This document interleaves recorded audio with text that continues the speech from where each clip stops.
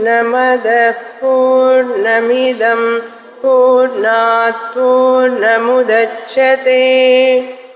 पूर्णस्य पूर्णमादाय पूर्णमेवावशिष्यते ॐ शान्ति शान्ति शान्तिः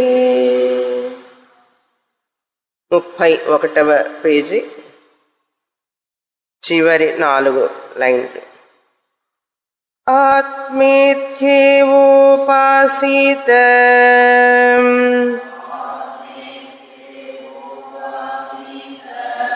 అత్ర హ్యేతే సర్వమేకం భవంతి సర్వ ఏకం భవంతి తదేతత్ పదనీయమస్య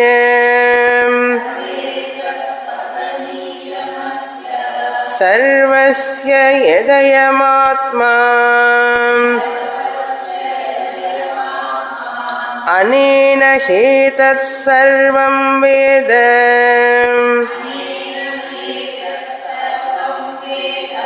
యథాహ వై పదేనానువిందేదేవం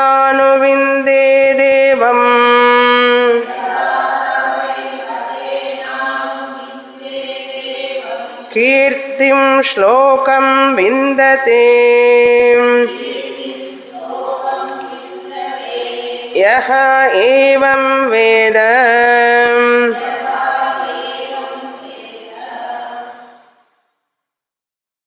ఈ 7వ మంత్రం 4వ బ్రాహ్మణమైనటువంటి పురుష విధ బ్రాహ్మణం చూస్తున్నాం. ఈ 7వ మంత్రానికి అవ్యాకృత ఖండిక అని పేరు పెట్టారు. ఆనందగిరి ఆనందగిరి అనే ఆచార్యులు ఉపనిషత్తులకి ఉపవ్యాఖ్యానం రాశారు. శంకరాచార్యుల వారు వ్యాఖ్యానం రాస్తే వారి వ్యాఖ్యానానికి ఇంకా వివరంగా ఆనందగిరి అనే ఆచార్యులు వ్యాఖ్యానం రాశారు. వారు రాసేటప్పుడు ఈ యొక్క మంత్రానికి 7వ మంత్రానికి అవ్యాకృత ఖండిక అని పేరిచ్చారు. కారణం ఈ మంత్రంలో మొదట తద్ధేదం తదత్ తర్హి అవ్యాకృతమాసీత్ అని వచ్చింది. అవ్యాకృతం అవ్యాకృతం అంటే పరమాత్మ ఈ సృష్టికి పూర్వం అవ్యాకృతంగా ఉన్నాడు. అవ్యాకృతంగా ఉన్నటువంటి వ్యక్తం కాకుండా అంటే వ్యాకృతం నామరూపాలలో కనపడకుండా ఉన్నటువంటి స్థితి. అవ్యాకృతం అంటే వ్యాకరణం అంటే ఏమిటి? వేరే వేరే రూపాలలో కనపడటం వ్యాకరణం అంటారు, వ్యాకృతం అంటారు. ఏ రూపాలు కనపడకుండా తానుగా ఉంటే అవ్యాకృతం అంటారు.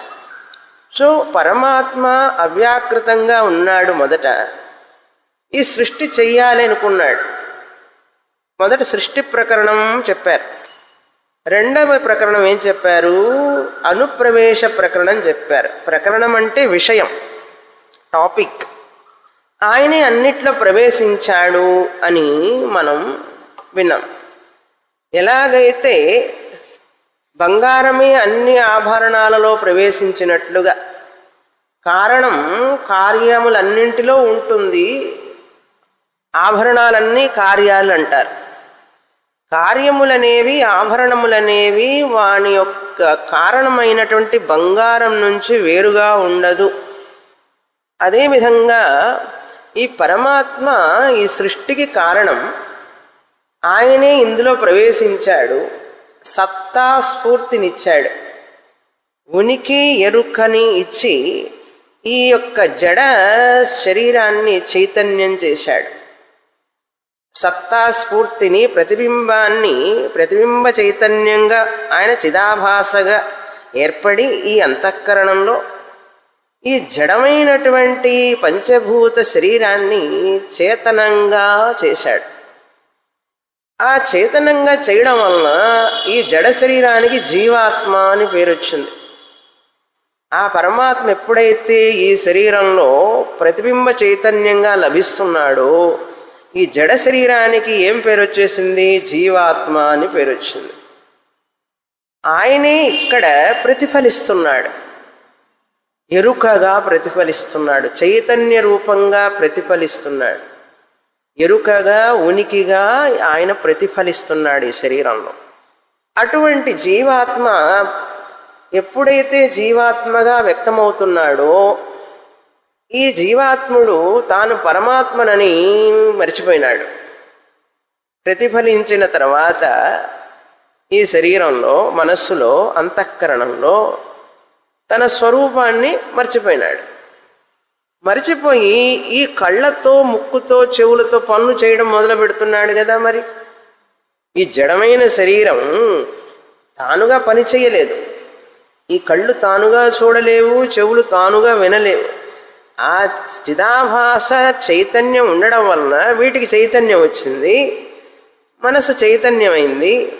అప్పుడు మనసు ఆలోచించడం మొదలుపెట్టింది, కళ్ళు చూడటం మొదలుపెట్టినాయి, చెవులు వినడం మొదలుపెట్టినాయి.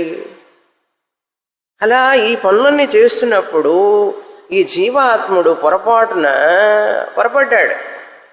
నేను పరమాత్మని ఈ తాత్కాలికమైన శరీరంలో లభిస్తున్నాను, ఉపలబ్ధిగా ఉన్నాను, ఈ జడ శరీరాన్ని పనిచేయిస్తున్నానన్న సంగతి మర్చిపోయినాడు. మర్చిపోయి ఈ కళ్ళు, ముక్కులు, చెవులు చేసే పనులన్నిటి కూడా ఏం చేశాడు? తన్నుగా చేస్తున్నట్టుగా భావించాడు పరమాత్మ. ఈ జీవాత్ముడు అయిపోయి నేను చేస్తున్నాను, నేను వింటున్నాను, నేను చూస్తున్నాను, నేను తింటున్నాను, నేను నడుస్తున్నాను, నేను వ్రాస్తున్నాను, నా పుట్టినరోజు అంటాడు. ఈ శరీరాన్ని పుట్టితే నా పుట్టినరోజు అంటాడు. పుట్టినరోజుకి గుళ్ళో పూజ చేయిస్తాడు పరమాత్మ జీవాత్ముడిని అనుకోని. అలా ఎలా జరుగుతుందండి? పరమాత్మ జీవాత్ముడైపోయి ఎలా మర్చిపోతాడంటే, కలలో నేను మెలకువతో ఉండేవాడిని నిద్రలోకి జారిపోగానే కల కంటూ నేనే కల కంటున్నానన్న సంగతి గుర్తుందా మనకు? ఈ పడుకున్న వాడిని నేనే, వేకర్ని, జాగ్రత్త పురుషుణ్ణి నేనే కలగంటున్నాను, ఈ కలలో చూసేవన్నీ నిజం కాదు అని గుర్తుందా? ఎలా మర్చిపోయినాం? నిద్ర వల్ల మర్చిపోయినాం. ఆ కలలో తిరుగుతున్నంతసేపు నేనన్న సంగతి జ్ఞాపకం ఉందా? అది నేనే కదా పుట్టించాను, నేనే పుట్టించి నేనే అందులో ప్రవేశించి నేను మర్చిపోయి భయపడ్డాను కళను చూసి. చూడండి ఎంత తమాషా కాదు, మాయ. నేనే కళ సృష్టించుకొని నేనే కళలో పులిగా మారి ఆ పులిని చూసి నేనే భయపడ్డాను. కళలో పులిని ఎవరండి సృష్టించారు? నా మనసులో నుంచి వచ్చింది అది ఆలోచన. కానీ నేను భయపడ్డానా లేదా ఆ పులిని చూసి? నదులు, వాగులు, వంకలు నేనే సృష్టించి అవన్నీ పొంగుతున్నట్లుగా నా మీదకి వస్తున్నట్లుగా భయపడ్డానా లేదా? ఇక్కడ అంతే. అక్కడ నిద్ర, ఇక్కడ అవిద్య. పరమాత్ముడు జీవాత్ముడిగా అయిపోగానే తాను పరమాత్మనని మర్చిపోయినాడు. తానే సృష్టి చేశాను, తానే ఇందులో ప్రవేశించాననే సంగతి మర్చిపోయి ఏమైనాడు? 3వ ప్రకరణంలో సంసారి అయినాడు. సృష్టి ప్రకరణం తర్వాత అనుప్రవేశ ప్రకరణం తర్వాత సంసారి అయినాడు. సంసారి అయిపోయి కోపం, తాపం, రాగం, ద్వేషం, ఈర్ష్య, జుగుప్స, దిగులు, చింత 1, 2, 10, 12 వందల కొలది సమస్యలతో ఎక్కడికైనా పరిగెత్తి ఆశ్రమానికి పోదామండి అనిపించేటట్టుగా బాధపడుతున్నాడు. స్వామిని ఎక్కడికైనా టూర్కి తీసుకెళ్ళండి స్వామిని. అప్పుడు ఎందుకురా అంటే ఇంట్లో పడలేకుండా ఉన్నామండి, బాధలు అన్నాడు. ఎవరు? పరమాత్మ ఉండి తాను ఈ సమస్యల నుంచి బయటపడాలని చెప్పి పాపం ఒకటే తాపత్రయం. ఇది సంసారం. అంతటితో ఆగలేదు కదా.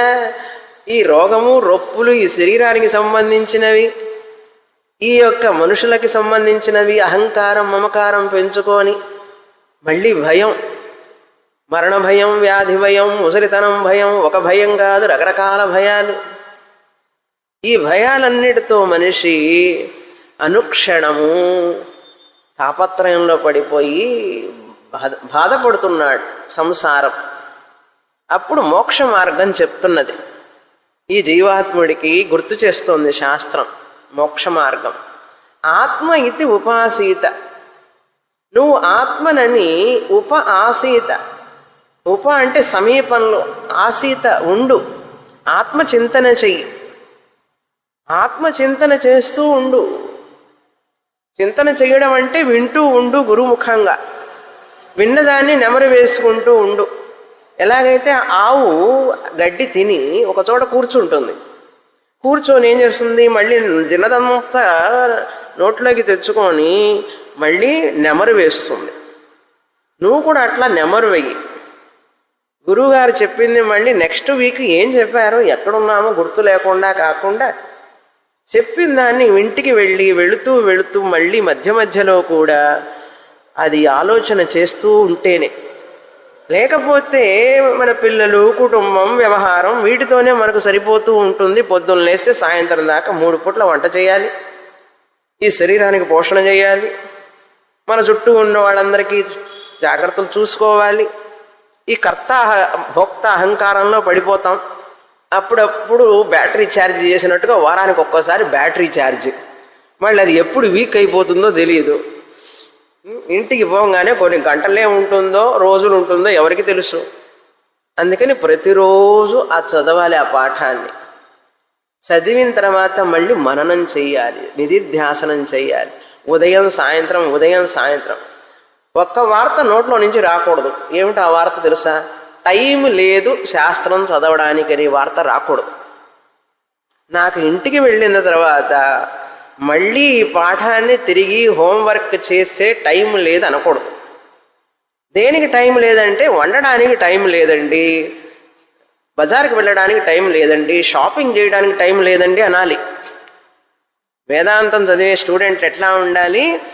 నాకు షాపింగ్ చేయాలనే అసలు ఆలోచనే లేదండి, డెకరేషన్ చేసుకోవాలి, రకరకాలుగా ధరించాలని టైం లేదండి అని చెప్పాలి అనాలి. శాస్త్రం చదవడానికి టైం లేదు అనకూడదు. అది ఆత్మ ఏవ ఇది ఉపాసీత, ఆత్మే సమీపంలో ఉన్నది, నేనే ఆ ఆత్మనై ఉన్నాను, పరమాత్మనే జీవాత్మగా ఇక్కడ వ్యక్తమవుతున్నాను, అన్ని శరీరాలలో జీవాత్మని నేనే పరమాత్మగా ఉన్నాను, అంతటా జీవాత్మనే పేరుతో ఉన్నాను, రకరకాల రూపాలలో 84 కోట్ల జీవరాశులలో నేనే ఉనికి ఎరుకగా ఉన్నాను అని 24 గంటలు మనకు తెలిసి కానీ తెలియక కానీ సబ్ కాన్షియస్ మైండ్లో ఇది ఎప్పుడు రింగ్ అవుతూ ఉండాలి. అది ఆత్మ ఏవ ఇతి ఉపాసీత. అలా ఉపాసన చేయడం వలన ఏమిటి ఫలం అంటున్నారు. ఇది మోక్ష మార్గ దర్శనం, ఇది మోక్ష మార్గ ప్రకరణం అంటారు దీన్ని. అత్ర హి ఏతే సర్వం ఏకం భవంతి. అప్పుడు ఏమవుతుంది, నేను ఆత్మని, ఈ కర్త భోక్త, చూసేవాణ్ణి, తినేవాణ్ణి, నడిచేవాణ్ణి, ఇవన్నీ కూడా నాకు టెంపరీ. కాసేపు ఆ వ్యవహారం చేసేటప్పుడు వచ్చిన పేర్లే కానీ నిజంగా అవన్నీ నాకు ఎప్పుడూ శాశ్వతమైన పేర్లు కావు. అవి శాశ్వతం అయితే నిద్రలో కూడా ఉండాలి కదండి. తినేవాణ్ణి, చూసేవాణ్ణి, వినేవాణ్ణి, నడిచేవాణ్ణి అయితే నా స్టేటస్ అదే అయితే నిద్రలో కూడా ఉండాలి కదా.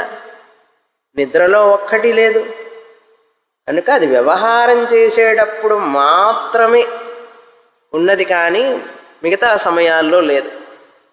స్వామీజీ ఒక జోక్ చెప్తారు హాస్యంగా. డ్రైవర్ వెళుతున్నాడు రోడ్డు మీద. డ్రైవర్ వెళుతూ ఉంటే ఆపోజిట్ వన్ వే ట్రాక్లో ఆపోజిట్గా వెళ్తున్నాడు డ్రైవర్. వెళుతుంటే పోలీస్ చూశాడు. పోలీస్ చూసి పట్టుకోవాలి కదా. పట్టుకోకపోతే మనం ఏమనుకుంటామంటే ఏదో వాడికి చేతిలో డబ్బులు పెట్టుంటాడు అందుకని పట్టుకోలేదనుకుంటున్నాం. చేతిలో డబ్బులు పెట్టలే, అయినా డ్రైవర్ని పట్టుకోలే పోలీసు వాడు. ఎందుకు పట్టుకోలేదు అంటే నడిచి వెళుతున్నాడు డ్రైవర్ నడిచి వెళుతున్నాడు. నడిచి వెళితే ఎందుకు పట్టుకుంటాడు? పట్టుకోడు. మనం డ్రైవర్ అనేటప్పటికీ ఎప్పుడు కారులోనే ఉంటాడు డ్రైవర్ అనుకుంటాం మనం. ఏం డ్రైవర్ నడిచి వెళ్ళకూడదా ఏంటి? ఆ డ్రైవర్ అనేది ఒక వృత్తి. డ్రైవర్ ఎప్పుడూ డ్రైవర్ కాదు. ఆ డ్రైవర్ అనేది ఒక సమయంలో కొద్దిసేపు వృత్తి. కానీ ఆ డ్రైవర్ అనే పేరుని అన్ని టైముల్లో కూడా ఉపయోగిస్తాం. అదేవిధంగా డ్రైవర్ ఒక ఉదాహరణ అండి. అదేవిధంగా మన పాత్రలను పోషణ చేసేటప్పుడు మనం చూసేవాడిని, తినేవాడిని, భార్యని, భర్తని, భార్య పాత్ర, భర్త పాత్ర, ఈ పోషించేటప్పుడే. కానీ నేను క్లాసులో కూర్చున్నప్పుడు నేను మా 2 పిల్లలకి అమ్మని కూర్చోకూడదు. నువ్వు 2 పిల్లలకి అమ్మవి ఎప్పుడు ఇక్కడ క్లాసులోనా? కాదు కదా, శాస్త్రం చదివేటప్పుడు కాదు. ఆ పిల్లలకి సంరక్షణ చేసేటప్పుడు, వ్యవహారం చేసేటప్పుడే అమ్మ రోల్. అత్తగారికి సేవ చేసేటప్పుడు మాత్రమే కోడలు రోలు, కోడలు పాత్ర. తర్వాత నేను కోడలు అనే సంగతి మర్చిపోవాలి. ఆవిడ మర్చిపోదుగా. అమ్మో 24 గంటలు నేను ఫలానా ఆవిడకి కోడల్ని, నన్ను ఆవిడ వేధిస్తున్నది, సాధిస్తున్నది అని చెప్పి ఎప్పుడు కోడలుగానే తిరుగుతుంది ఇంట్లో. తిరిగి టెన్షన్ తెచ్చుకొని, యాంగ్జైటీ వచ్చి, స్ట్రెస్ వచ్చి. ఎందుకంటే నువ్వు ఎప్పుడు కోడలువి, 24 గంటలు కోడలువేనా నువ్వు? ఎప్పుడు అత్తగారికి సేవ చేస్తున్నావో, అత్తగారి విషయంలో వ్యవహారం చేస్తున్నావో అప్పుడు కోడలు పాత్ర. అంతేగాని ఇప్పుడు క్లాసులో కూర్చున్నావు, నేను ఫలానా ఆవిడికి కోడల్ని అని అంటే ఎట్లా? కుదరదు. మనం ఏం చేస్తామంటే మన పాత్రలన్నింటినీ మోసుకుంటూ ఉంటాం పెద్ద బ్యాగ్ లాగా. పిల్లలు, స్కూల్ పిల్లలు బ్యాగ్ మోస్తుంటారు చూసారా? మొయ్యలేక ఎల్కేజీ పిల్లలు అంత బ్యాగ్ మోసుకున్నట్లుగా భార్య పాత్ర, కోడల పాత్ర, అత్తగారి పాత్ర, అన్ని పాత్రలు మోసుకొని ముసలాడం అయిపోతాం. 30-40 ఏళ్ళకే ముసలాడం అయిపోతాం. 90 ఏళ్ళకి కావాల్సింది వంగిపోతాం. ఎందుకంటే ఎప్పుడు బాధ్యతల్ని, ఆ పాత్రలను మోస్తూనే ఉంటాం. ఇవి కాక నేను చూస్తున్నాను, వింటున్నాను, తింటున్నాను. ఎందుకురా ఇవన్నీ అంటే, అసలు ఎప్పుడైతే నేను ఆత్మనని తెలుసుకుంటానో సర్వం ఏకం భవంతి. ఆ పాత్రలన్నీ కూడా తాత్కాలికం, నిజం కాదు, సత్యం కాదు. కళ్ళు చూసేటప్పుడు మాత్రమే నేను చూసేవాడిని, చెవులు వినేటప్పుడు మాత్రమే నేను వినేవాడిని, ముక్కులు వాసన చూసేటప్పుడు మాత్రమే నేను వాసన చూసేవాడిని, నోరు మాట్లాడుతున్నప్పుడు మాత్రమే నేను మాట్లాడేవాడిని. అలా ఆ పని చేసేటప్పుడు మాత్రమే. కానీ నేను నిజంగా ఆత్మస్వరూపాన్ని, నాలో ఏ పనులు లేవు, కర్తని కాదు, భోక్తని కాదు, ప్రమాతని కాదు, జ్ఞాతని కాదు, నేనెవరినీ కాదు నిజంగా. కానీ ఆ సంగతి జ్ఞాపకం లేక మనకు ఏకం. అందుకని ఒకరోజు నిద్ర పెట్టాడు భగవంతుడు, గుర్తు చేసుకోరా నీ ఆత్మస్వరూపాన్ని. అసలు నీకు ఇవన్నీ నిజంగా లేవని చెప్పడానికి నిద్ర పెడితే మనం కుంభకర్ణుల్లాగా నిద్రపోతూ ఉంటాం, కానీ ఈ ఆలోచన చెయ్యం. మెలకువతో ఉన్నప్పుడు నిద్ర యొక్క గొప్పతనాన్ని మనం తెలుసుకోవాలి. అది తెలియజేస్తారు మనకు గౌడపాదాచార్యుల వారు మాండుక్యోపనిషత్తులో. కనుక నిద్ర మీద, స్వప్నం మీద బాగా ఎనాలిసిస్ చేయాలి. నిద్రలో జాగ్రత్త పురుషుడు లేడు, స్వప్నంలో జాగ్రత్త పురుషుడు లేడు, జాగ్రత్తలో నిద్ర పురుషుడు లేడు, స్వప్న పురుషుడు లేడు. కనుక నేను అన్ని అవస్థలను చూస్తున్న వాణ్ణి, నాలో ఇవన్నీ కూడా కనపడుతున్నాయి, ఏకమవుతున్నాయి. ఏకం భవంతి తదేతత్ పదనీయమస్య. అదే ఆ ఆత్మని ఎక్కడైతే ఏకం భవంతి, అన్నీ కలిసిపోతాయో, నదులన్నీ కూడా సముద్రంలో కలిసిపోతాయి. నదులు అన్నయ్యట, అన్ని నదులు, గంగా, యమున, గోదావరి, కృష్ణ, కావేరి అన్నీ అన్నయ్యట. ఏమని? ఓ సముద్రమా, నువ్వు సముద్రంగా ఉండాలి అంటే మేమందరం వచ్చి చేరితేనే కదా నీలో, లేకపోతే నీకు ఎక్కడ ఉనికి ఉన్నది అని చెప్పి ఈ గంగా, యమున, కృష్ణ, గోదావరి ఇవన్నీ కూడా కూర్చొని సముద్రానికి చెప్తున్నాయట, మేము లేకపోతే నువ్వు ఎక్కడున్నావు, మేమందరం వచ్చి కలవబట్టే కదా నీకు ఒక సముద్రం అనే పేరు వచ్చింది అనగానే సముద్రం అన్నదిట, నోరు మూసుకో, నువ్వు అసలు ఎక్కడి నుంచి వెళ్ళావు, నువ్వు ఎక్కడి నుంచి వెళ్ళి నా నుంచే కదా నువ్వు ఆవిరయ్యి, సూర్యుడి వలన ఆవిరయ్యి కొండల మీదకి వెళ్ళి జలపాతంగా అక్కడ కురిసి అక్కడి నుంచి ప్రవహించి నా దగ్గరికి వస్తున్నావు, నా దగ్గర నుంచే కదా వెళ్ళావు నువ్వు. ఆ బుద్ధి లేదు. ఈ నదికి బుద్ధి లేక ఏం చేస్తుంది, సముద్రానికి చెప్తున్నది. ఆపూర్యమాణం అచల ప్రతిష్టం సముద్రమాప ప్రవిశంతి యద్వత్. సముద్రానికి అట్లా చెప్తే సముద్రం ఏమంటుంది, పిచ్చివాళ్ళల్లారా మీరందరూ ఎక్కడి నుంచిరా పుట్టారు, నా నుంచే కదా పుట్టింది, నా నుంచి పుట్టినప్పుడు మరి నాలో కలవాలా లేదా. కొంచెం ఇండివిజువాలిటీ రాగానే గర్వం. గంగా నది, యమునా నది ఎక్కడి నుంచి వచ్చినాయి అవన్నీ. మనందరికీ కూడా అంతే. నేను తమిళియన్ని, తెలుగువాడిని, ఇట్లా పేరు గొప్పతనం చెప్పుకుంటాం. చెప్పుకొని ఆ పరమాత్ముడి నుంచి చెప్తాం. మనందరం లేకపోతే పాపం పరమాత్ముడికి ఎవరు పూజ చేస్తారు అని చెప్తాడు. ఆయన అంటాడు, పిచ్చివాడా నువ్వు నాకు పూజ చేయడం ఏమిటి, అసలు నా నుంచే కదా, నా నుంచి నువ్వు పుట్టావు కనుక నాలోనే లీనం కావాలి. పదనీయం అంటే జ్ఞాతవ్యం, వేదనీయం. ఈ విషయాన్ని మనం తెలుసుకోవాలి.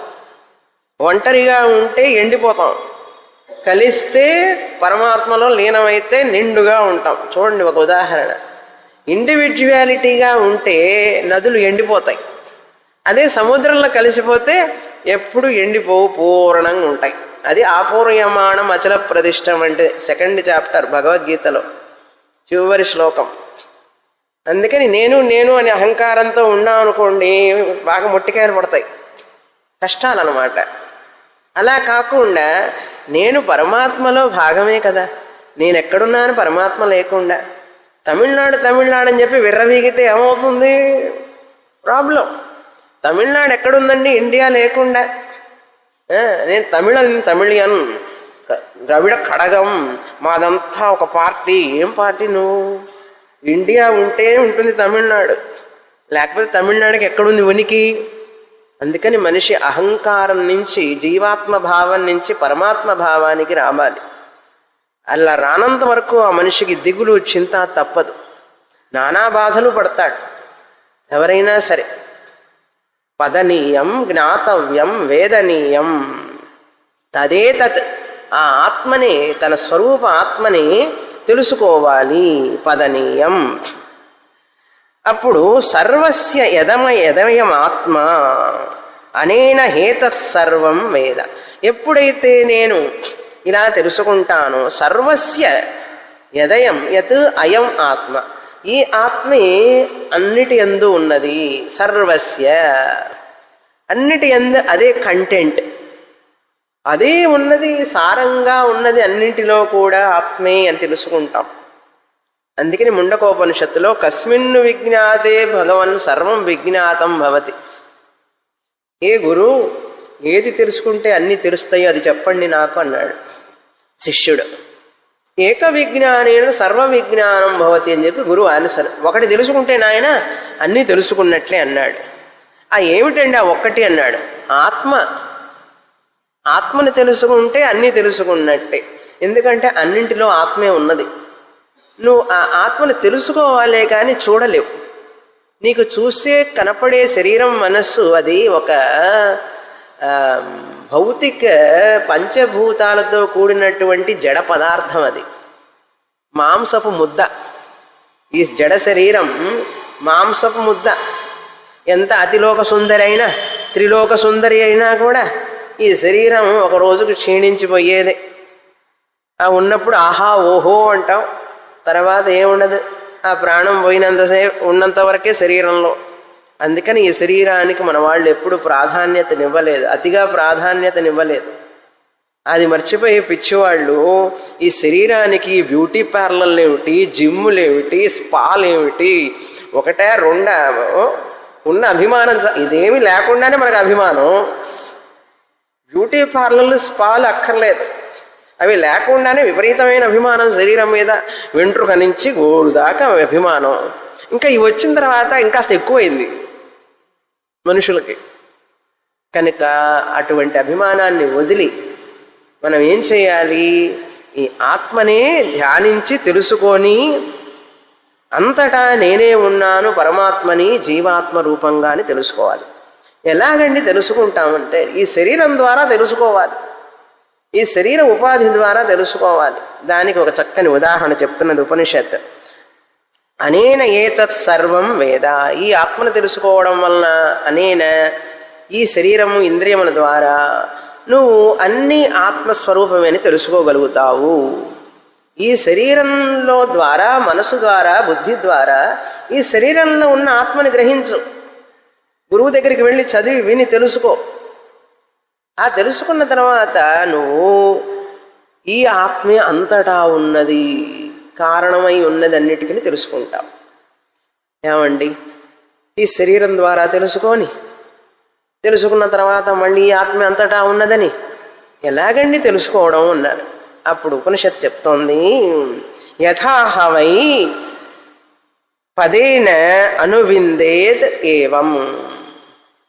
యథా ఎలాగైతే పదేన పొలంలో ఆ యొక్క వ్యవసాయం చేసేటటువంటి వ్యక్తి ఆవులు గేదెలు అన్నీ ఉంటాయి ఆయనకి.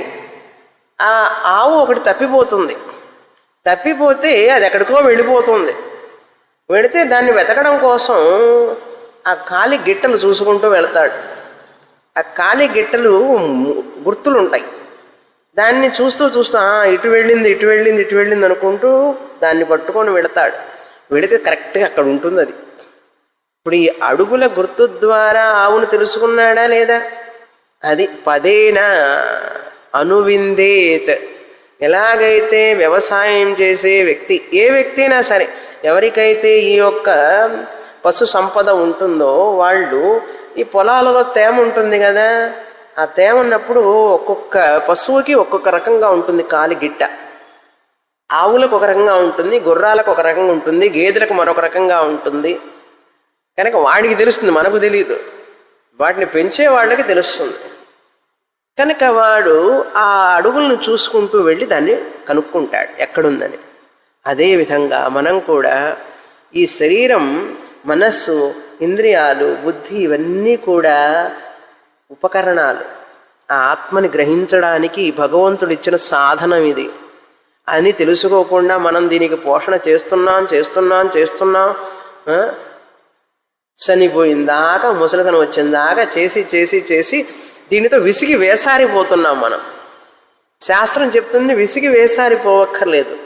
దీని యొక్క ప్రయోజనం ఏమిటో నువ్వు తెలుసుకుంటే నీకు విసుగు ఉండదు, బాధ ఉండదు. దీన్ని చక్కగా పోషిస్తావు, దానికి ఉన్న లిమిటేషన్స్ నీకు తెలుస్తాయి, జాగ్రత్తగా చూసుకుంటావు.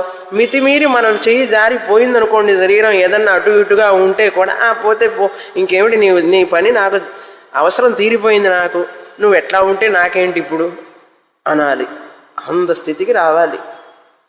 నాకు నువ్వు ఉపయోగపడ్డావు, ఈ శరీరం వల్ల నేను ఆత్మజ్ఞానాన్ని పొందేశాను, ఈ శరీరం యొక్క ఉపయోగం ప్రయోజనాన్ని నేను తెలుసుకున్నాను, అహం ఆత్మ బ్రహ్మ అని తెలుసుకున్నాను. తెలుసుకున్న తర్వాత కూడా భోజనం పెట్టాలా లేదా? పాపం ఉండాలని ఎంతకాలం ఉండాలో ఉంటుంది. అది దానికి పంటి నొప్పి, కన్ను నొప్పి, నడుము నొప్పి అన్నీ ఉంటాయి. దానికి ట్రీట్మెంట్ ఇస్తూ ఉంటాం అవసరమైన వరకు. ఉన్ననాళ్ళు ఉంటుంది. తర్వాత బోనస్, జ్ఞానం వచ్చే వరకు దాన్ని జాగ్రత్తగా చూసుకొని బాగా పోషించి మంచి ఎక్సర్సైజ్, శరీరానికి ఆసనాలు, యోగాన్ని చేసి మనస్సుకి బుద్ధికి చక్కగా శాస్త్రాన్ని ఇచ్చి అన్నీ చేసిన తర్వాత మనకు జ్ఞానాన్ని ఇచ్చేస్తుంది. ఆత్మజ్ఞానం వచ్చిన తర్వాత ఇంకేంటన్నారు? ఉన్నదనుకోండి శరీరం బోనస్, పోయిందనుకోండి పర్వాలే. అది విషయం. చూడండి ఎంత ఆనందము. తదే తత్ పదనీయమస్య యథాహవై పదేన అనువిందేత్. ఎలాగైతే తెలుసుకుంటాడో ఆ విధంగా. ఏమండి, కాలిగిట్టలు చూసి అవి నిజం కాదు కదా, నిజం కాని కాలిగిట్టల గుర్తులు చూసి ఆ నిజమైనటువంటి ఆవును ఎట్లా తెలుసుకుంటామండి అంటే, నిజం కానటువంటి నీ ముఖాన్ని చూసి పౌడర్ పోసుకుంటున్నావు, మరకలుంటే తుడుచుకుంటున్నావు, బొట్టు పెట్టుకుంటున్నావు, తల దువ్వుకుంటున్నావు, ఎంత షోకు చేసుకుంటున్నావు. నిజమైన ముఖం చూసే నువ్వు షోకు చేసుకుంటున్నావు అద్దంలో. నిజమైన ముఖం చూసి కాదు కదా నువ్వు బొట్టు పెట్టుకుంటున్నది. నిజం కాని ముఖాన్ని చూసి నువ్వు బొట్టు పెట్టుకుంటున్నావు నిజమైన ముఖం మీద. నిజం కాని ముఖాన్ని చూసి తల దువ్వుకుంటున్నావు, నిజమైన తల మీద తల దువ్వుకుంటున్నావు. నిజం కాని ముఖాన్ని చూసి నువ్వు పని అవుతున్నదా లేదా రోజు, ఒక రోజా 2 రోజుల? అబ్బో, డ్రెస్సింగ్ టేబుల్ అండి దానికి. ఎవరింట్లో లేదండి డ్రెస్సింగ్ టేబుల్, గదికి ఒక అద్దం. ఇది చూడండి ఎంత ట్రాజెడీయో. మన ముఖం మనకు కనపడదు. ఎంత అతిలోక సుందరి అయినా కూడా ఆవిడ ముఖం ఆవిడకి కనపడదు. అద్దం పెట్టుకుని చూసుకోవాల్సిందే. ఏమిటండి మన గొప్పతనం? అదేవిధంగా ఆ ముఖం చూసుకొని, ప్రతిబింబ ముఖం చూసే కదా ఈ ముఖాన్ని తుడుచుకుంటున్నాం. అదేవిధంగా ఈ శరీర ఇంద్రియాలు మనస్సు ద్వారా చక్కగా అహమాత్మ అన్నారు కృష్ణ పరమాత్మ. అహమాత్మా గుడాకేశ సర్వభూతాశయ స్థిత క్షేత్రజ్ఞం చాపి మాం విద్ధి సర్వక్షేత్రేషు భారత. ఇవన్నీ ప్రతి క్షణం రింగ్ రింగ్ అంటుండాలి. నిజమైన వేదాంతం చదువుకున్నటువంటి సీరియస్ సీకర్ అంటారు స్వామీజీ. సీరియస్ సీకర్కి ఇంకా తింటున్నా సరే పశ్యన్ శృణ్వన్ స్పృశన్ జిఘ్రన్ అశ్నన్ గచ్చన్ స్వపన్ శ్వసన్ అలా ఆలోచనే ఉంటుంది. ఆత్మ ఆలోచన. నేను ఆత్మని సర్వ జగత్ కారణం అధిష్టానం. ఎప్పుడు నవ్వుతూనే ఉంటాడు, ఆనందంగా ఉంటాడు. దిగుల చింత. ఎందుకండి దిగులు చింత? పరమాత్మకు ఎందుకండి దిగులు చింత? అవసరమా? దిగులు చింత అవసరం లేకపోయినా కూడా దిగులు చింత పడుతున్నాం, మేనేజ్ చేసుకుంటున్నాం మనం. శాస్త్రం అంటుంది నువ్వు పరమాత్మ స్వరూపాన్ని తత్వం అసి అని చెప్పి, ఏమిటి? అనేన హేతత్సర్వం వేద యదాహమై పదేన అనువిందేత్ ఏవం. అలా తెలుసుకున్న వ్యక్తి కీర్తిం శ్లోకం విందతే యహ ఏవం వేద. ఈ విధంగా తెలుసుకున్న వ్యక్తి కీర్తిం విందతే శ్లోకం విందతే. కీర్తి శ్లోకం అంటే 2 రకాల అర్థాలు. వాచ్యార్థంగా చూస్తేనేమో ఆ జ్ఞాని చక్కగా కీర్తిని పొందుతాడు ప్రపంచంలో. శ్లోకం విందతే అంటే తన బంధువుల్ని తెలుసుకున్న వాళ్ళని మనస్సులో సంకల్పించాడంటే చాలు, అనుకున్న వాళ్ళని కలవలసిన వాళ్ళని అందరినీ కలుస్తాడు, అన్నీ జరిగిపోతాయి సంకల్ప మాత్రేణ. ఎందుకంటే ఆ ఆప్తకామ అకామ ఆయనకు అన్నీ పూర్తవుతాయి. అది కీర్తిం శ్లోకం అంటే. లక్ష్యార్థ దృష్ట్యా చూస్తే, ఆత్మదృష్టితో చెప్పాలంటే కీర్తిం అంటే ఐక్య జ్ఞానం విందతే. నేను పరమాత్మని జీవాత్మని ఒక్కటే అని తెలుసుకుంటాడు, ఐక్యం. శ్లోకం అంటే మోక్ష పదవిని ప్రాప్తిని పొందుతాడు, మోక్ష ప్రాప్తిని పొందుతాడు. అది అర్థం ఇక్కడ శ్లోకం అనంటే. కీర్తిం శ్లోకం విందతే, మోక్ష ప్రాప్తిని పొందుతాడు. తర్వాత మంత్రానికి వెళతాం. ఇంతటితో 7వ మంత్రం పూర్తయింది. నా ఈ యొక్క కీర్తిం శ్లోకం అనేది మోక్షప్రాప్తిని అంటే విశోక భవతి, శోకాన్ని పొందడు ఇంకా. అది మోక్షప్రాప్తి ఫలం. మోక్ష మార్గాన్ని చెప్పారు, మోక్షప్రాప్తి ఫలాన్ని చెప్పారు. కీర్తిం శ్లోకం అంటే మోక్షప్రాప్తి ఫలం, ఐక్య జ్ఞానం, తర్వాత మోక్ష ప్రాప్తి ఫలం. ఇంతటితో ఈ అవ్యాకృత ఖండిక పూర్తయింది. తర్వాత 8వ మంత్రం కూడా చాలా ముఖ్యమైన మంత్రం చదువుతాం. ఇలా ఆత్మజ్ఞానం పొందిన తర్వాత ఆ జ్ఞానికి అన్నిటికంటే ప్రియమైనది ఈ ప్రపంచంలో ఒక్కటే. ఎవరికైనా ఎప్పుడైనా ఎక్కడైనా ఒకటే ఒక ప్రియమైన వస్తువు ఉన్నది. అది ఏమిటంటే ఆత్మ. ఎవరైనా ఐ లవ్ యూ అన్నారంటే శాస్త్రం చెబుతుంది నమ్మవాకు, అదంతా అబద్ధం. అందరూ ఎవరిని ప్రేమించినా కూడా వాళ్ళకి ఏదో ఒక అనుకూలత ఉంటే తప్ప ప్రేమించరు. ఏ వస్తువునైనా ఏ మనుషులనైనా వాళ్ళకు అనుకూలంగా ఉన్నంతసేపు వాళ్ళు దాన్ని ప్రేమిస్తారు, ఆ వ్యక్తిని ప్రేమిస్తారు. వాళ్ళు అనుకూలంగా లేరు అంటే పార్టీ మార్చేస్తారు చెప్తున్నది మంత్రం. పరమ సత్యాన్ని చెప్తోంది, జాగ్రత్తగా వినండి. తర్వాత పేజీ 32 8వ మంత్రం క్రింద ఉంది. తదేతత్ ప్రియః పుత్రాత్ ప్రేయో విత్తాత్ ప్రేయోన్యస్మాత్ సర్వం స్మాత్ సర్వం స్మా అంతరతరం యదయమాత్మా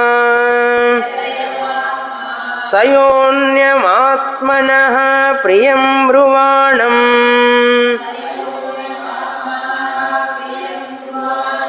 బ్రూయాత్ ప్రియం రోస్యతీతి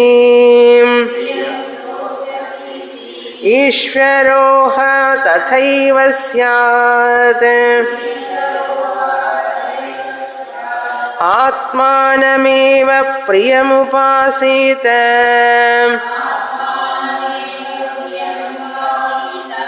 సహాయః ఆత్మానమేవ ప్రియముపాస్తే నహాస్య ప్రియం ప్రమాయుకం భవతి.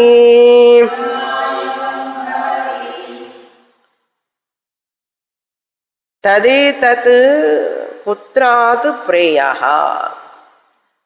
తదేతత్ ఏ ఆత్మనైతే ఉపాసీత అని చెప్పిందో ఉపనిషత్, అంటే ఆ ఆత్మ ఆసీత అంటే ఉండు, ఉప అంటే సమీపం, ఆ ఆత్మకి సమీపంగా ఉండు అంది.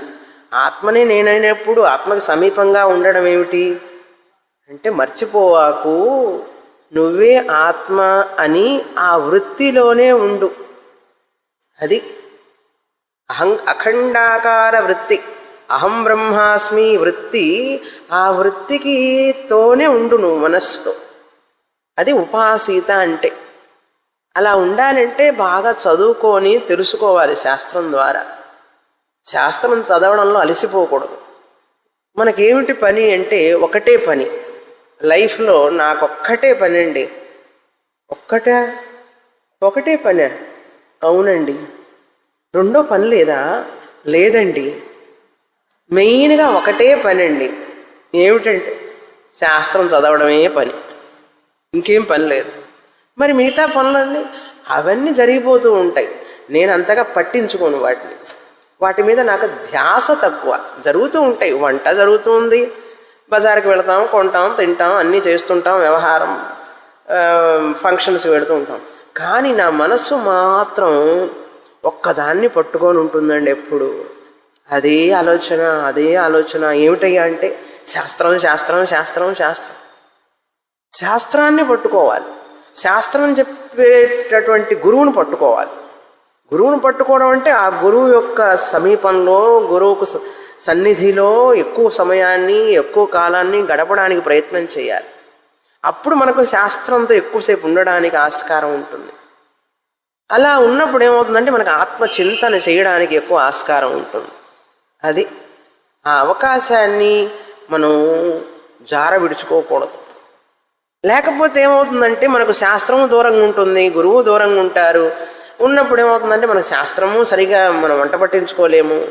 ఏదో చదివినట్టుగా ఉంటుంది. భగవద్గీత అంతా చదివానండి 18 సార్లు, 18 అధ్యాయాలు అన్నాడు. 18 అధ్యాయాలు 18 సార్లు చదవాలి మినిమం. 18 సార్లు అండి. ఒకసారికి 2 సార్లకి నా తలంతా నెరిసిపోతుంది.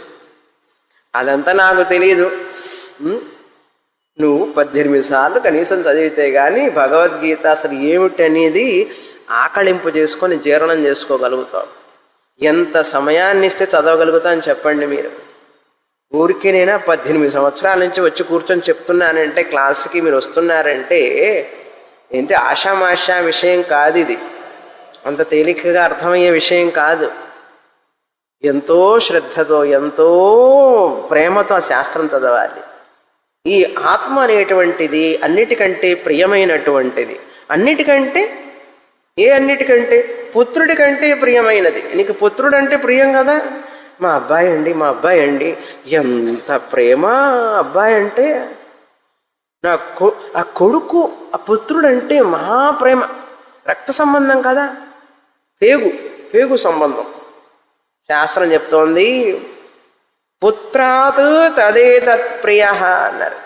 చూడండి, తదేతత్ ప్రేయ అంటే ఇష్టమైనటువంటిది, ప్రియమైనటువంటిది, డియర్ అన్నమాట, DEAR డియర్, చాలా ప్రియమైనటువంటిది పుత్రుడి కంటే కూడా. కథ చెప్పాను కదా, గుర్తుందా? కరెక్ట్, ఇక్కడ గుర్తు చేస్తా. పుత్రుడి కంటే ఆత్మ ప్రియం అంటారు ఏంటండి? నా అబ్బాయి నా ఆరో ప్రాణం, నేనేమైనా పర్వాలేదు, మా అబ్బాయి నాకు అన్నాడు. ఒక అబ్బాయి చిన్నప్పుడు పుట్టగానే అమ్మ అమ్మ అన్నాడు. మొదట అమ్మ చుట్టే తిరిగేవాడు, అమ్మ కొంగు పట్టుకొని తిరుగుతాడు, అమ్మ అమ్మ అమ్మ అనేవాడు. కొంచెం వయసు రాగానే బొమ్మ బొమ్మ బొమ్మ అని బొమ్మల వెంట తిరగడం మొదలుపెట్టాడు. బొమ్మలు పెట్టుకుని ఆడుకుంటుంటాడు. అమ్మ అక్కర్లేదు, వాడికి బొమ్మలే కావాలి. ఇంకొంచెం పెద్దవాడైన తర్వాత ఈ బొమ్మలు ఎందుకమ్మా, నాకు అసలైన బొమ్మ కావాలన్నాడు. అమ్మాయిని చూసుకున్నాడు, అలాగే అమ్మాయి అబ్బాయిని చూసుకుంటాడు. ఆ బొమ్మ పట్ట మొదలుపెట్టాడు. ఆ బొమ్మ బాగుందని చెప్పి వాళ్ళ అమ్మ సరే జరా పెళ్లి చేసుకుంటే చేసుకో అంది. సరే వివాహం అయింది ఆ బొమ్మతో. ఆ బొమ్మతో అంటే అందాల గుమ్మ అమ్మాయితో పెళ్ళయింది. పెళ్ళయిన తర్వాత అమ్మ లేదు, ఈ ఆటలతో చేసుకునే ఆటలాడే బొమ్మ లేదు, ఏమీ లేవు. ఆ భార్యే సర్వస్వం. కొంతకాలానికి అబ్బాయి పుట్టాడు. అబ్బాయి పుట్టిన తర్వాత అబ్బాయితోనే ఉంటాడు, భార్యని కూడా పట్టించుకోవడంలా. నా కొడుకు, నా అబ్బాయి, మా అబ్బాయి, మా అబ్బాయి అని చెప్పి ఒకటే ప్రేమ. అబ్బాయి కోసం అన్నీ కొని అవి ఇవి చేసి వాడికి ఇంకా బంగారపు స్పూన్లతోనే అన్నీ, బంగారపు గ్లాసులు అంతా, సర్వెంట్లు వాడికి ఏది కావాలంటే అది ఇచ్చి చేసి వాడికి పెద్ద సుఖంగా ఉండటం కోసం పెద్ద ఇల్లు కట్టాడు. హాయిగా ఉంటున్నాడు. ఒక రోజు వచ్చి ఎవరో చెప్పారు, మీ ఇంటికి నిప్పు అంటుకుందండి అన్నారు. ఫైర్ యాక్సిడెంట్ అనగానే ఆఫీసు నుంచి పరిగెత్తుకుంటూ వచ్చాడు. పరిగెత్తుకుంటూ వచ్చి ఓ అబ్బాయి ఇంట్లో ఉన్నాడు, పసిపిల్లవాడు ఇంట్లో ఆడుకుంటున్నాడు. అయ్యయ్యో మా అబ్బాయి ఇంట్లో ఉన్నాడు, మీరు ఎవరన్నా వెళ్ళి రక్షించండి, మీకు ఎంత కావాలో అంత ఇస్తాను, నా ఆస్తి అంతా ఇస్తాను అన్నాడు. నీ ఆస్తి అంతా వాళ్ళకెందుకు ఇవ్వడం, నువ్వు పోవచ్చుగా లోపలికి, మీ అబ్బాయి నీకు ప్రాణం కదా, లోపలికి వెళ్ళొచ్చు కదా. అమ్మో, పుత్రాత్ తదేతత్ ప్రేయ, పుత్రుడి కంటే కూడా తన మీద ప్రేమ ఎక్కువ. మనిషి తనను ప్రేమించుకుంటాడు. పుత్రుడి కోసం నేను లోపలికి పోతే నా ప్రాణం పోతుందేమో అని చెప్పి, నా ఒళ్ళు కాలిపోతుందేమో అని చెప్పి తాను పోకుండా లోపలికి ఎవరినన్నా పంపించాలన్నాడు. ఇప్పుడు ఏమైపోయిందండి పుత్రుడి ప్రేమ చెప్పండి. అంటే పుత్రుడు తనకు అనువుగా ఉన్నంతసేపే ఆనందం, తనకు శరీరానికి ఆనందం ఇస్తున్నంతసేపే. తనకు అపాయం జరుగుతున్నదంటే పుత్రుడైనా సరే త్యాగం చేసేస్తాడు. చూడండి, ఇప్పుడు ఆ పుత్రుడి మీద నిజమైన ప్రేమ ఉందా? తన మీద తనకు ప్రేమ ఉందా? తన మీద తనకు ప్రేమ ఉంది. ఇది చేతన వస్తువులకు ఉదాహరణ. తర్వాత మనకు నాకు ఇది ఇష్టం, అది ఇష్టం, నా కారు, ఫ్యాన్, ఇవన్నీ డబ్బులు, విత్తాత్ ప్రేయ అన్నాడు. ధనం కంటే నిన్ను నీవే ప్రేమిస్తావు. అందుకే కదా ధనం ఇస్తానాడు అన్న అందరికీ. మీకు ధనమైనా ఇచ్చేస్తాను, నా పిల్లవాడిని రక్షించండి అన్నాడు. చూడండి, ధనం కూడా తనకి కాదు. అదే ధనం, ఇల్లు, ధనం అంటే విత్తం అంటే ఇల్లు, ఆస్తులు ఉన్నాయనుకోండి, అవి కొంచెం సమస్య ఇస్తున్నాయంటే దాన్ని వదులుకోవడానికి సిద్ధంగా అయినా ఉంటాడు.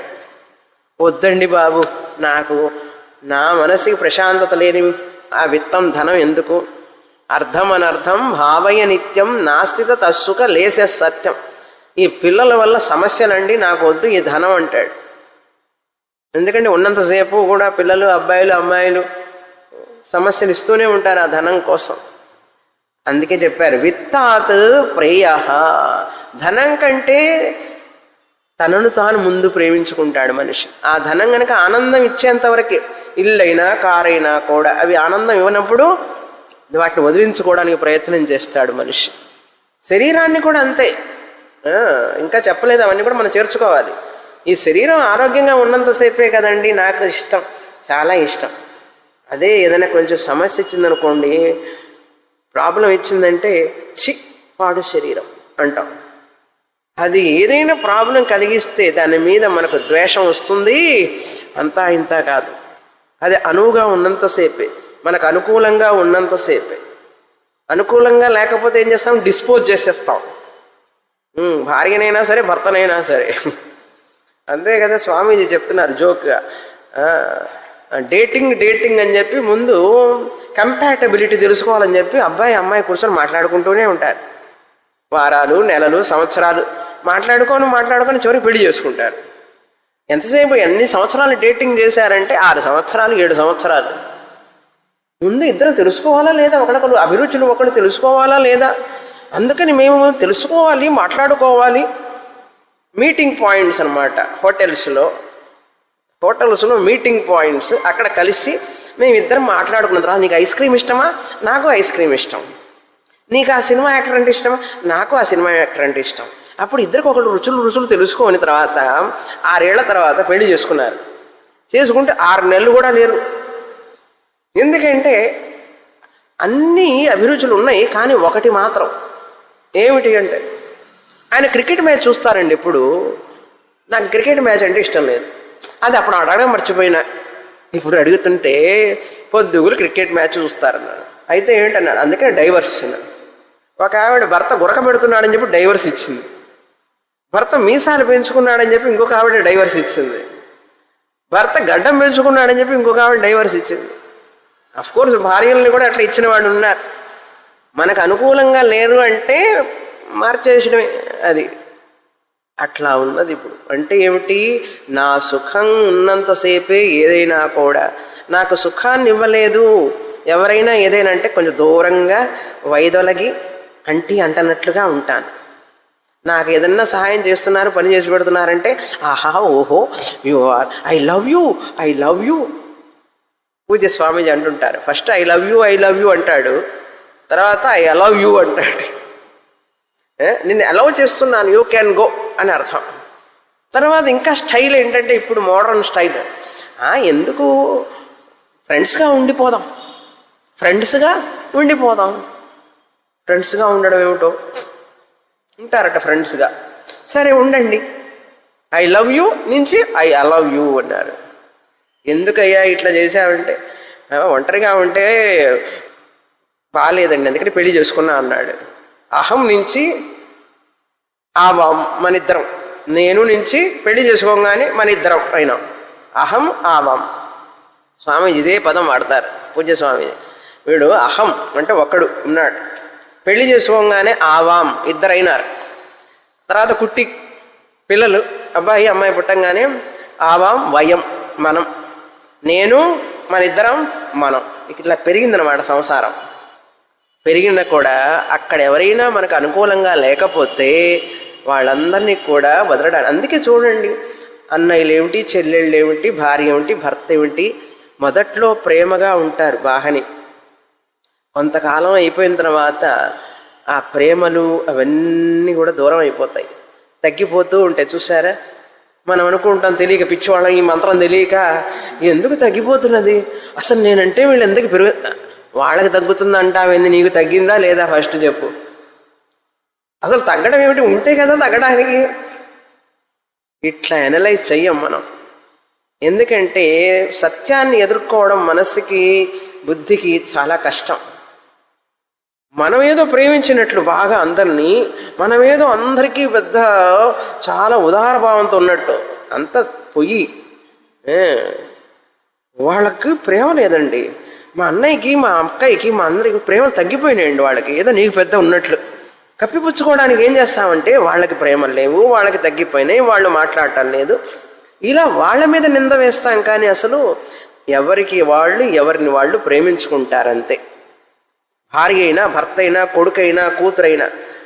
కోడలు వచ్చే వరకే కొడుకు భయం. ఓ బా ఏమండి మా అబ్బాయి బంగారం అండి అంటారు. ప్రతి తల్లికి కొడుకు బంగారమే కోడలు వచ్చే వరకు. కోడలు వచ్చిన తర్వాత పాడైపోయినాడండి. ఎట్లా పాడైపోయినాడు? అమ్మాయి వల్ల పాడైపోయినాడు. అప్పుడు కొడుకు మీద కూడా ప్రేమ తగ్గిపోతుంది. నిజమైన ప్రేమ అనేది ఏ కండిషన్స్ మీద ఆధారపడి ఉండదు. కానీ సామాన్య మానవుల ప్రేమలన్నీ కూడా ఆ కండిషన్స్ మీద ఆధారపడి ఉంది. ఏదైనా సరే మొదట్లో క్రొత్తగా ఉన్నప్పుడు బాగా ప్రేమగా అనిపిస్తుంది, అట్లా కొంతకాలం అయిన తర్వాత అట్లాగే సద్దుమణిగుతుంది. ఎక్కడైనా చూడండి, ఏ రిలేషన్ అయినా అంతే, ప్రపంచం తీరు అది. ఎందుకు అని అడగకూడదు. ఉపనిషత్తు మంత్రం బాగా జీర్ణం చేసుకోండి. ప్రేయో అన్యస్మాత్ సర్వస్మాత్ అంతరతరం. ఈ ఆత్మ అనేటువంటిది పుత్రుడి కంటే ధనానికంటే కూడా ప్రియమైనటువంటిది, అన్నిటికంటే కూడా సర్వస్మాత్ అన్యస్మాత్, వేరే అన్నిటికంటే కూడా ఈ ఆత్మ అనేదే ప్రియమైనది. ఏ ఆత్మ? అంతరతరం, ఏదైతే నీ లోపల నేను నేను అని ఉనికిగా ఆత్మస్వరూపంగా ఉన్నదో. అందుకని ఐ లవ్ మై సెల్ఫ్ అన్నారు. అది చెప్పడానికి బాగుండదు కదా పైకి. అందుకని ఏం చెప్తానంటే, మనకు ఫేవరబుల్గా ఉన్నంతసేపు I love you, I love you. వేదాంతం చదువుకున్న వాళ్ళకి అసలు విషయం తెలుస్తుంది. అర్థమైందా? ఇది పరమసత్యం, ఇందులో దోషం ఏం లేదు. శాస్త్రం చెప్పేదాన్ని మనం అర్థం చేసుకోవాలంతే. ప్రేయ, దేనికంటే ప్రేయ? ఈ ఆత్మ చాలా ప్రియమైనటువంటిది. ప్రేయ అంటే ప్రియమైనటువంటిది. దేనికంటే? అన్యస్మాత్ సర్వస్మాత్, అన్నిటికంటే. ఇందాక విత్తాత్ పుత్రాత్ అని చెప్పాడు, ఇంకా ఎన్ని చెప్తామండి? అందుకని అన్ని చెప్పడం కష్టం అని చెప్పి అన్యస్మాత్, ఇతరమైన అన్నిటికంటే, సర్వస్మాత్ అన్నిటికంటే ఆత్మ ప్రియమైనది. ప్రియ, ప్రియతర, ప్రియతమ అన్నారు.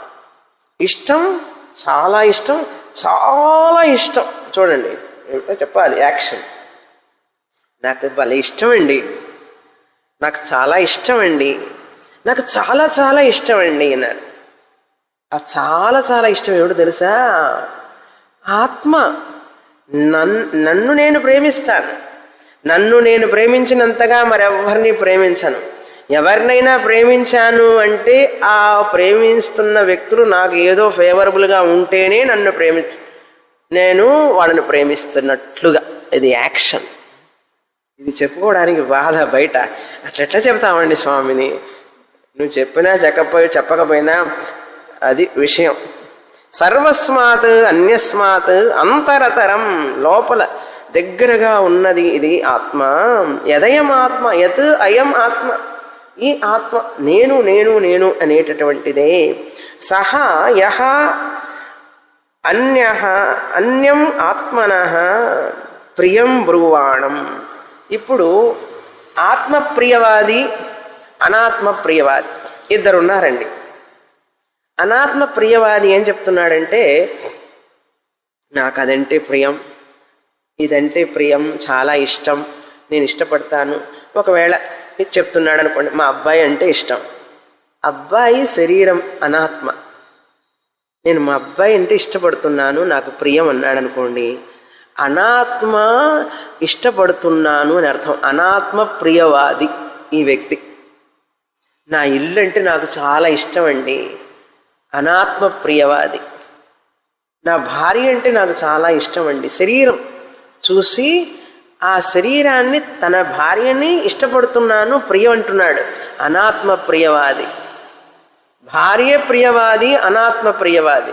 భర్త ప్రియవాది, అనాత్మ ప్రియవాది. ఇల్లు ప్రియవాది, అనాత్మ ప్రియవాది. కారు ప్రియవాది, అనాత్మ ప్రియవాది. ఆత్మ తప్ప ఏది నాకు ప్రియమని చెప్పినా కూడా అన్ని అనాత్మ ప్రియవాదే. ఇక్కడ ఆత్మ ప్రియవాది ఒక ఆయన ఉన్నాడు, ఇంకొక ఆయన ఆత్మే ప్రియం నాకు, నేనే ఆత్మని, ఆత్మనైన నేను నన్ను నేను ప్రేమిస్తాను, ఆత్మ ప్రియవాది. ఈ ఆత్మ ప్రియవాది అనాత్మ ప్రియవాదిని చూసి చెప్తున్నాడు, నువ్వు అది ప్రియం ఇది ప్రియం అంటున్నావే, ఆ ప్రియం అనేవన్నీ కూడా ఒక రోజుకు నశిస్తాయి అని చెప్తున్నాడు. ఆత్మ ప్రియవాది జ్ఞాని చెప్తున్నాడు. నువ్వు ఏదైతే ఇష్టపడుతున్నానని అంటున్నావో, ఏదైతే చాలా ప్రియం ప్రియం అంటున్నావో, నువ్వు ఆ ప్రియం అంటున్నవన్నీ కూడా నిజంగా నీకు సుఖం ఇస్తున్నాయా? వాటిట్లో కూడా దుఃఖం దాగి ఉన్నది. నీ పుత్రుడైనా, పుత్రి అయినా, ఇల్లైనా, గృహమైనా, ఆస్తి అయినా, ఎంత ధనమైనా సరే అందులో దుఃఖం దాగి ఉన్నది. ఆ సుఖాన్ని ఇస్తున్నవి, ప్రియాన్ని ఇస్తున్నవి అనుకున్నవి ఒక రోజు నశించేవే. రోస్యతి ఇతి, అవి నశించేవే అని ఆత్మప్రియవాది చెప్తున్నాడు.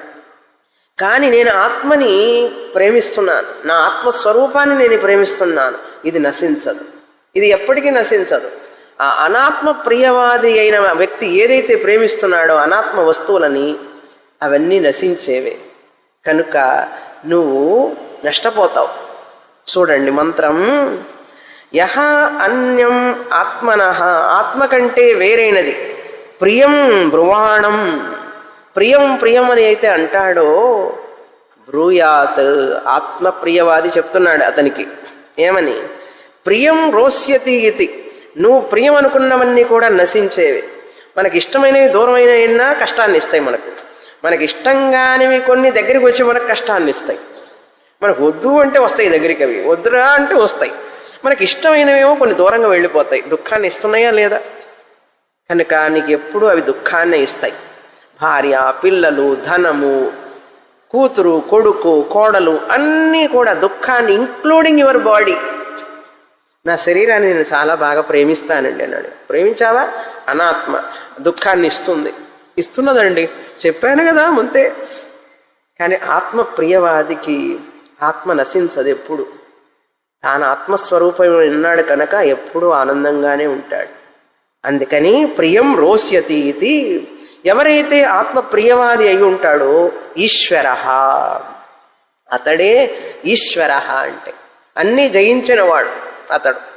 ఈశ్వర భవతి అంటే విన్నర్ ఆఫ్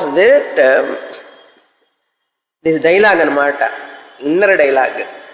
అతనే ఈశ్వరుడు, నేనే ఆత్మస్వరూపాన్ని. అందుకనే చూడండి, ఈ ఆత్మని తెలుసుకునే వరకు ముందు ఆ ఆత్మకి ఒక రూపాన్ని ఇస్తాం, భగవంతుడు అనే రూపాన్ని, గాడ్ రూపాన్ని, ఇన్ఫినిట్ సత్యం జ్ఞానం అనంతం బ్రహ్మ అనే ఇన్ఫినిట్ చైతన్యానికి మనకు కంటికి కనపడదు కనుక దానికి రూపాన్ని ఇస్తుంది శాస్త్రం. సింబల్, గాడ్ ఫామ్ ఇస్తాం, ఫైనైట్ ఫామ్ ఇస్తాం, పరిచ్ఛిన్నమైన ఫామ్నే ఇస్తాం. ఇచ్చి ఆ ఫాముతో మనం ఈ లోకంలో ఉన్నటువంటి నమ్మకండి, ఆయన్ని పట్టుకోండి, ఆ రూపాన్ని పట్టుకోండి. ఆ పట్టుకొని ఆ పరిమితికి కలిగినటువంటి దేవుని మళ్ళీ సర్వస్వం అనుకోకూడదు.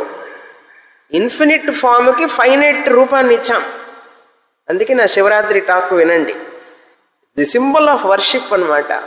ఈ రూపాన్ని ఇచ్చాం, మళ్ళీ ఈ రూపాన్ని పట్టుకున్నామంటే మళ్ళీ నీకు ప్రాబ్లం. ఎందుకంటే ఫైనైట్ ఫామ్, పరిమితి కలిగినటువంటి ఫామ్. ఈ పరిమితి కలిగినటువంటి రూపం కలిగినటువంటి ప్రతీకం, ప్రతిమాలను పట్టుకొని దేవుణ్ణి, అందుకని ప్రపంచం world to God, God to self అట్లా రావాలి. లేకపోతే ఈ యొక్క ఫైనైట్ ఫామ్ కూడా నీకు ఆబ్స్టికల్ అవుతుంది. ఆ దేవుడి నుంచి, ప్రపంచం మీద ఆధారపడటం నుంచి దేవుడి మీద ఆధారపడటం నేర్చుకో. దేవుడి మీద ఆధారపడుతూ పడుతూ పడుతూ ఉంటే నువ్వు ఒక రోజుకి నీ ఆత్మ మీద ఆధారపడే స్థితికి వస్తావు. నీ ఆత్మ మీద ఆధారపడినప్పుడు నువ్వు స్వతంత్రుడివినిగా తెలుసుకుంటావు. అంతవరకు నీకు దిగులు, చింత తప్పదు తప్పదు తప్పదు. ఇదేమన్నా కోర్టు అండి, మీరు అట్లా చెబుతారు.